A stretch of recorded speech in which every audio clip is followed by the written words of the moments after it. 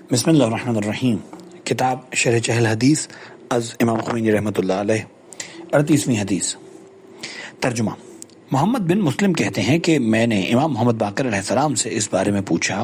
کہ جو لوگ روایت کرتے ہیں کہ خداوند عالم نے جناب آدم علیہ السلام کو اپنی صورت پر پیدا کیا ہے، حضرت نے فرمایا وہ تازہ پیدا کی گئی صورت تھی۔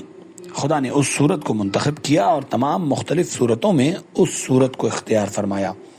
اور اس کی نسبت اپنی طرف دے دی، جیسے کعبہ اور روح کی نسبت اپنی طرف دی ہے اور کہا میرا گھر،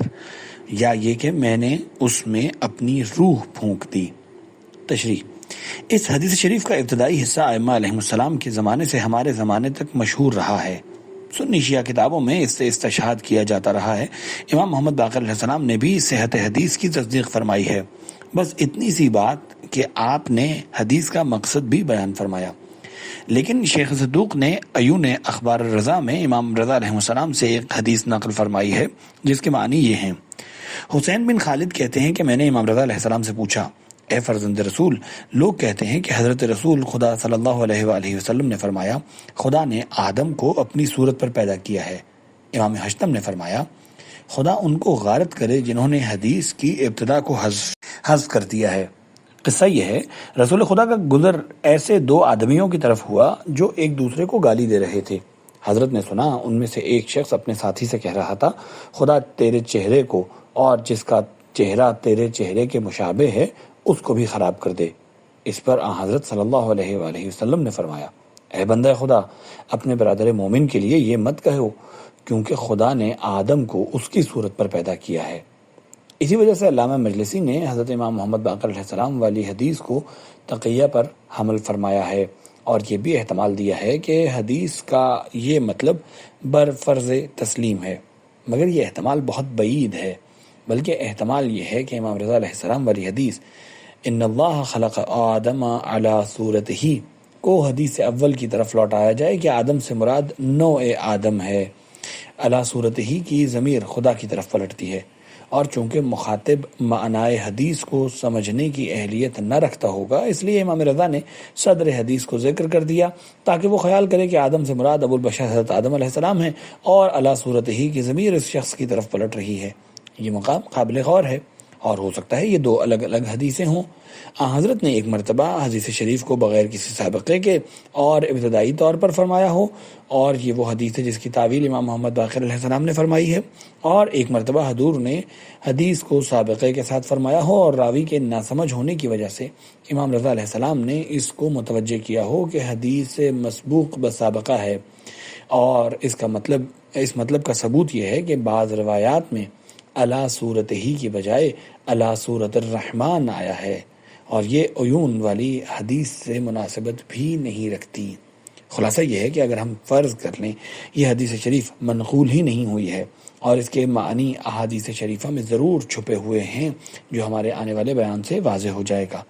اب آئیے حدیث شریف کے الفاظ کی تشریح کرتے ہیں۔ آدم صحاح میں ہے،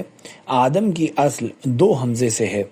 کیونکہ یہ افعل کے وزن پر ہے۔ دوسرے حمزہ کو الف سے بدل دیا گیا ہے، اور جب اس کو متحرک کرنا چاہتے ہیں تو دوسرے حمزہ کو واو سے بدل دیتے ہیں،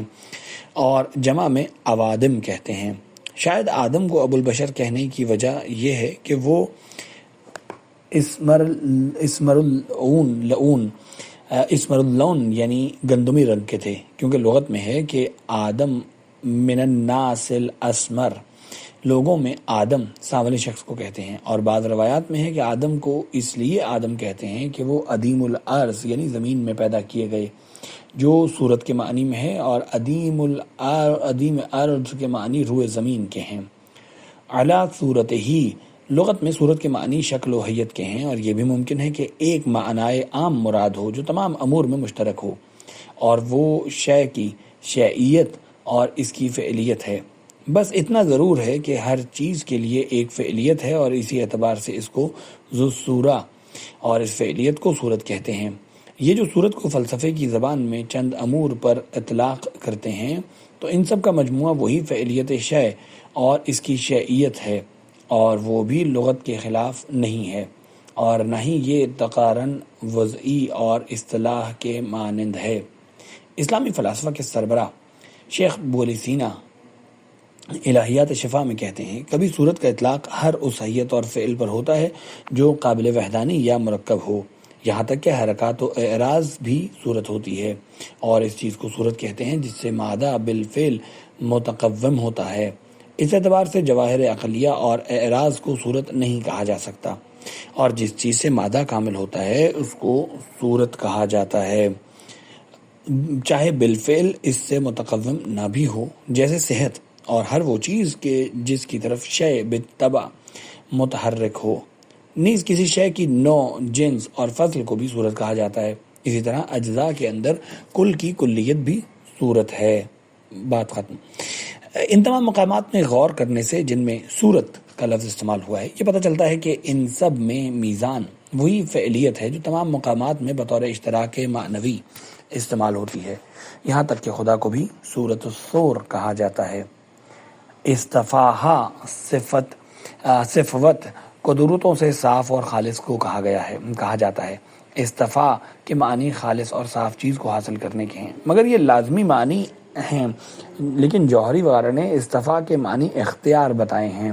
اختیار کرنا۔ چنانچہ لغت میں استفا کے یہ معنی بھی بیان کیے گئے ہیں۔ یہ تفسیر بھی بمعنی لازمی ہے، کیونکہ اختیار کے معنی خیر اور نیکی کا اختیار کرنا بھی ہے، اسی لیے ظاہر میں استفا سے ملازم ہے، اس کا مفہوم نہیں۔ الکعبہ، کعبہ خانہ خدا کا نام ہے۔ بعض علماء نے کہا ہے چونکہ یہ عمارت مکعب ہے، مکعب کی مانند ہے، اس لیے اس کو کعبہ کہا گیا ہے، پھر اس کے 4 سمتوں پر مشتمل ہونے کی وجہ سے اس کو کعبہ کہا گیا ہے۔ ماہرین ریاضیات کی اصطلاح میں مکعب اس جسم کو کہتے ہیں جس کو 6 سطحوں نے مساوی طور پر زاویہ قائمہ کے عنوان سے گھیر رکھا ہو، انگریزی میں اس کو کیوب کہتے ہیں۔ روح، اطباء کی اصطلاح میں روح اس لطیف بھاپ کو کہتے ہیں جو خون حیوان کی حرارت سے دل میں پیدا ہوتا ہے۔ اطباء کہتے ہیں دل کے 2 خانے ہوتے ہیں، ایک داہنی طرف جس میں جگر سے خون جذب ہوتا ہے اور وہیں پر دل کی حرارت اس کو تبخیر کرتی ہے، اور وہ بخارات دل کے بائیں خانے میں جاری ہوتے ہیں، وہاں پر دل کے افعال کے نتیجے میں وہ لطیف بن جاتے ہیں جن سے روح حیوانی کی تشکیل ہو کر دل میں انقباض و انبساط کی وجہ سے رگوں میں اس طرح جاری ہو جاتی ہے جس طرح اپنی جگہ پر مذکور ہے۔ بس اس روح حیوانی کا منبع قلب ہے اور رگیں اس کا مجرا ہیں۔ کبھی روح کا اطلاق اس خون پر ہوتا ہے جو جگر میں متمرکز ہے، اور اس کا مجرا گردن کی شہرگ ہیں جس کو روح طبیعی کہتے ہیں، جیسے حکماء کے یہاں کبھی روح کا اطلاق روح نفسانی پر ہوتا ہے جس کا مبدا دماغ اور مجرا اعصاب ہیں، اور وہ ایسے امر کی روح مجرد کا ظہور و نازلہ ہے جو سر سبحانی اور روح اللہ ہے سے عبارت ہے۔ چنانچہ ارشاد خداوندی وَنَفَخْتُ فِيهِ مِن رُوحِي میں اشارہ کیا گیا ہے، اور اس کے بعد انشاءاللہ ہم یہ بیان کریں گے کہ یہ روح ایسی ہے جس میں خدا کی روح پھونکی گئی ہے، یہ خداوند متعال کی اختیار کردہ ہے۔ پہلی فصل، آدم مظہر تام و اسم اعظم الہی ہیں۔ ارباب معرفت و اصحاب قلوب فرماتے ہیں تمام اسماء الہیہ کے لیے حضرت واحدیت میں ایک صورت ہے جو بواسطہ حب ذاتی اور طلب مفاتیح غیب کہ لا یعلمها الا ہو، جنہیں خدا کے سوا کوئی نہیں جانتا، حضرت علمیہ میں فیض اقدس کی تجلی کے تابع ہیں، اور اس صورت کو اہل اللہ کی اصطلاح میں عین ثابت کہا جاتا ہے، اور فیض اقدس کی تجلی سے پہلے تو تعینات اسماعیہ حاصل ہوتے ہیں، اور عین اسی تعین اسمی سے سور اسماعی جو عیان ثابتہ ہیں نمودار ہوتے ہیں، اور سب سے پہلا اسم جو تجلی احادیت اور فیض اقدس سے حضرت علمیہ واحدہ میں ظہور حاصل کرتا ہے اور اس تجلی کا آئینہ بنتا ہے، اور وہ اسم اعظم جامعہ الہی و مقام مسمع اللہ ہے جو وجہ غیبیہ میں عین تجلی بفیض اقدس ہے، اور کمال جلا و استجلا کے تجلی ظہور میں ایک اعتبار سے عین مقام جمع واحدیت ہے اور ایک اعتبار سے کثرت اسماعیہ ہے، اور اس جامع کا تعین اور اس کی صورت عبارت ہے عین ثابت انسان کامل و حقیقت محمدیہ سے، جیسا کہ مظہر تجلی عینی فیض اقدس فیض مقدس ہے، اور مقام واحدیت کا مظہر تجلی مقام الوہیت ہے، اور عین ثابت انسان کامل کا مظہر تجلی روح اعظم ہے، اور تمام موجودات اسماعیہ و علمیہ و عینیہ انہی حقائق و دقائق کے مظاہر کلیہ و جزیہ ہیں۔ اسی ترتیب بدیعی کے ساتھ جس کی تفصیل اس مختصر سی کتاب میں نہیں آ سکتی، اور ہم نے مصباح الہدایہ میں اس کی تفصیل بیان کی ہے، یہیں سے معلوم ہو گیا کہ انسان کامل اسم جامع کا مظہر اور اسم اعظم کی تجلی کا آئینہ ہے۔ چنانچہ کتاب و سنت میں اس مطلب کی طرف بہت جگہوں پر اشارہ کیا گیا ہے۔ ارشاد خداوندی ہے وَعَلَّمَ آدَمَ الْأَسْمَاءَ كُلَّهَا، دست جلال و جمال سے باطن آدم کے اعتبار سے ہونے والی اس تخمیر غیبی جمعی کی تعلیم حضرت واحدیت میں ہوئی ہے، جیسا کہ آدم کی صورت میں اور ظاہر کی تخمیر عالم شہادت میں بظہور دست جلال و جمال مظہریت طبیعت میں ہوئی ہے۔ نیز ارشاد خداوندی ہے اِنَّا عَرَضْنَا الْأَمَانَةَ عَلَى السَّمَاوَاتِ وَالْأَرْضِ، اور امانت سے مراد اہل عرفان کے یہاں ولایت مطلقہ ہے، کیونکہ انسان کے علاوہ کوئی بھی موجود اس کے لائق نہیں ہے، اور یہ ولایت مطلقہ وہی مقام فیض مقدس ہے جس کی طرف قرآن نے کل شیء حالک الا وجہہ کہہ کر اشارہ فرمایا ہے۔ کافی کی ایک حدیث شریف میں امام محمد باقر علیہ السلام نے فرمایا نحن وجہ اللہ، اور دعائے ندبہ میں بھی ہے این وجہ اللہ الذی الیہ بتوجہ توجہ الاولیاء این السبب متصل بین اہل الارض والسماء، اور زیارت جامعہ کبیرہ میں ہے والمثل الاعلیٰ، اور یہ مثلیت و وجہیت ہی ہے جو حدیث شریف میں ہے ان اللہ خلق آدم علی صورتہ، یعنی آدم مثل اعلاء حق اور آیت اللہ کبریٰ مظہر اتم تجلیات اسماء و صفات کا آئینہ، اور وجہ اللہ عین اللہ ید اللہ اور جنب اللہ ہیں، وَهُوَ يَسْمَعُ وَيَبْصِرُ وَيَبْطِشُ بِاللَّهِ وَاللَّهُ يَبْصِرُ وَيَسْمَعُ وَيَبْطِشُ بِهِ،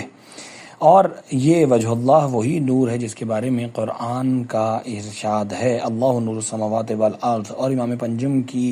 نے کافی میں حدیث شریف میں ابو خالد کابلی سے فرمایا یہی حضرات ائمہ خدا کی قسم وہ نور خدا ہیں جن کو خدا نے نازل فرمایا ہے، یہی لوگ خدا کی قسم آسمانوں اور زمین میں خدا کے نور ہیں۔ کافی شریف میں امام محمد باقر علیہ السلام نے ام یتساءلون عن النبأ العظیم کی تفسیر میں روایت کی گئی ہے کہ اس سے مراد حضرت علی علیہ السلام ہیں۔ امام علی علیہ السلام نے فرمایا کرتے تھے ما للہ آیتہ ہی اکبر منی ولا للہ من نبأ اعظم منی، خدا کی کوئی آیت مجھ سے بڑی نہیں ہے اور نہ خدا کی کوئی نبأ یا خبر مجھ سے عظیم اعظم ہے۔ خلاصہ یہ کہ انسان کامل ہی خدا کی عظیم ترین آیت اور مظہر اسماء و صفات اور مثل اور آیت حق تعالی ہے، اور جناب آدم علیہ السلام اس کے مصادیق میں سے ایک مصداق تھے، اور خدا مثل یعنی شبیہ سے منزہ و مبرہ ہے، لیکن خدا کو مثل یعنی آیت و علامت سے منزہ نہیں کرنا چاہیے، کیونکہ وَلَهُ الْمَثَلُ الْأَعْلَىٰ ہے، اور کائنات کے تمام ذرے خدائے جمیل کی تجلیات کا آئینہ اور نشانیاں ہیں۔ بس اتنا ضرور ہے کہ ہر ایک اپنے ظرف کے اعتبار سے ہے، لیکن کوئی بھی آیت اسم اعظم جامع یعنی اللہ نہیں ہے سوائے حضرت کون جامع اور مقام مقدس برزخیت کبریٰ کے، جلت عظمتہ بعظمتہ باریہ، فاللہ تعالی خلق الانسان الکامل والآدم الاول علی صورتہ الجامع وجعلہ مرۃ اسمائہ وصفاتہ، اور اسی طرح شیخ کبیر نے فرمایا پس خدا نے انسان کامل اور آدم اول کو ان کی صورت جامع پر خلق فرمایا اور انہی کو اپنے اسماء و صفات کا آئینہ قرار دیا۔ شیخ کبیر فرماتے ہیں صورت الہیہ میں جتنے بھی اسماء اس نشأت انسانیہ میں تھے وہ سب کے سب ظاہر ہو گئے، بس اس نشأت نے اپنے اس وجود کے ساتھ احاطہ و جمع کا مرتبہ حاصل کر لیا، اور اسی کے ذریعے خدا کی حجت ملائکہ پر قائم ہو گئی۔ اس بیان سے معلوم ہو گیا کہ خداوند عالم نے مختلف اکوان کی مختلف صورتوں میں سے صورت جامعہ انسانیہ ہی کو کیوں انتخاب و اختیار کیا، اور حضرت آدم علیہ السلام کو تمام ملائکہ پر کیوں مکرم کیا، تمام مخلوقات میں انہی کو شرف کیوں بخشا، وَنَفَخْتُ فِيهِ مِن رُوحِي میں ان کی روح کو اپنی طرف کیوں منسوب کیا۔ چونکہ اس کتاب میں اختصار مد نظر ہے، اس لیے نفخہ الہیہ کی حقیقت اور آدم میں اس کی کیفیت اور تمام مخلوقات میں آدم کے ساتھ اختصاص کی وجہ وغیرہ سے صرف نظر کرتا ہوں۔ الحمدللہ اولا و آخرہ۔